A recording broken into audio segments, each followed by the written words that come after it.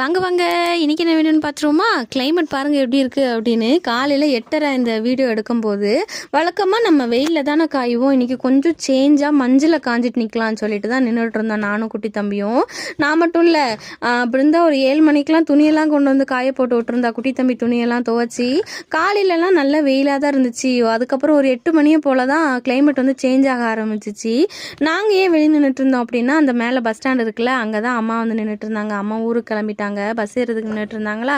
தேனி பஸ்ஸில் போயிட்டு தேனிலேருந்து நேராக துரு பஸ் திருநெல்வேலிக்கு ஏறிக்குவாங்க. சரி அம்மா பஸ் ஏறுற வரைக்கும் நிற்கலான்னு சொல்லி நின்றுட்டு இருந்தோம்.